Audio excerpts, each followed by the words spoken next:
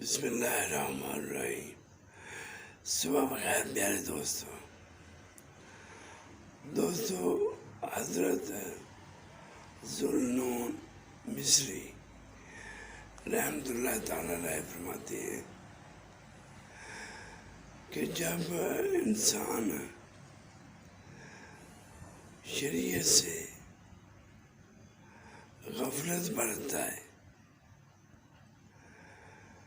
تو وہ اللہ تعالیٰ سے دنیا کی محبت میں الجھا دیتا ہے کہ جو دین سے دور ہو جاتا ہے وہ دنیا کی محبت میں گرفتار ہو جاتا ہے۔ تو پیارے دوستو، دین کو، شریعت کو ترجیح دیں،